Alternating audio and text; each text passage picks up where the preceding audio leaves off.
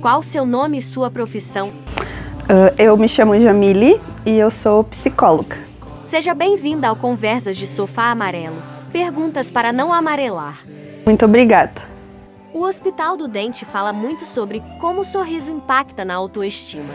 Para você, de que forma o sorriso impacta na confiança de uma psicóloga infantil?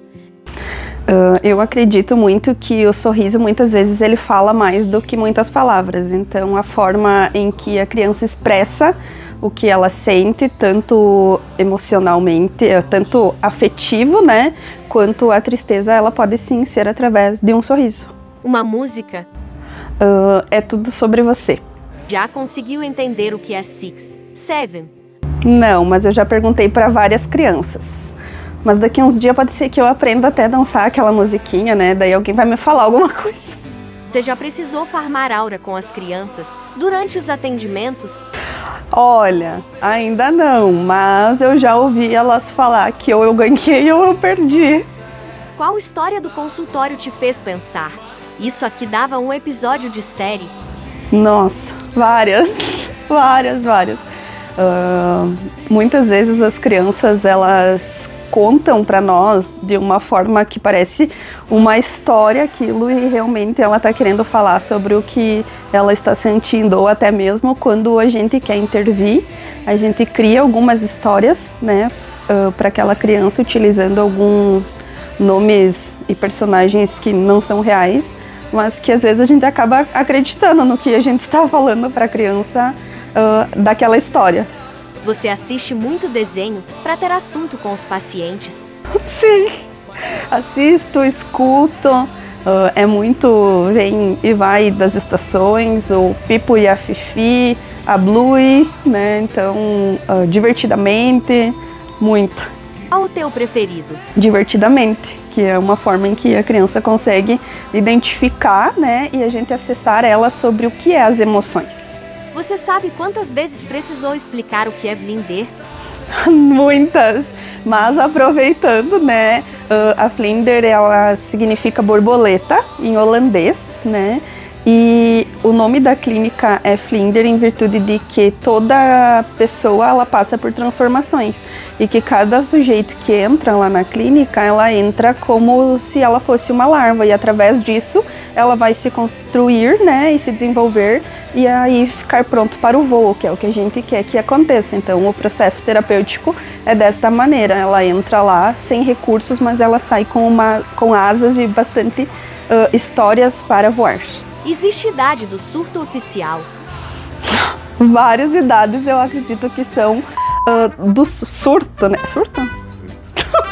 Eu acredito que várias idades elas são do surto, mas, né, muitas vezes é difícil aceitar o não, né?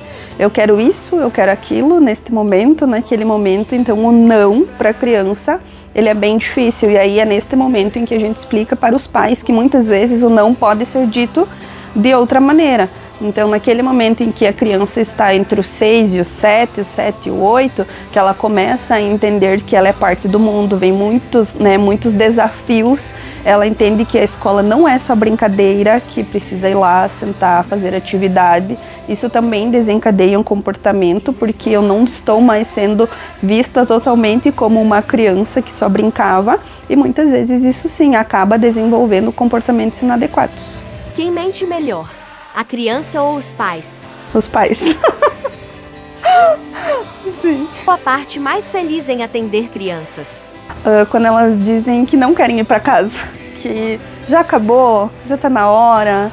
Então essa é a parte mais gratificante, ver os pais falar que ele estava ansioso para vir, que ele não via a hora, não tem preço que pague. Alguma criança já se tornou a tua psicóloga?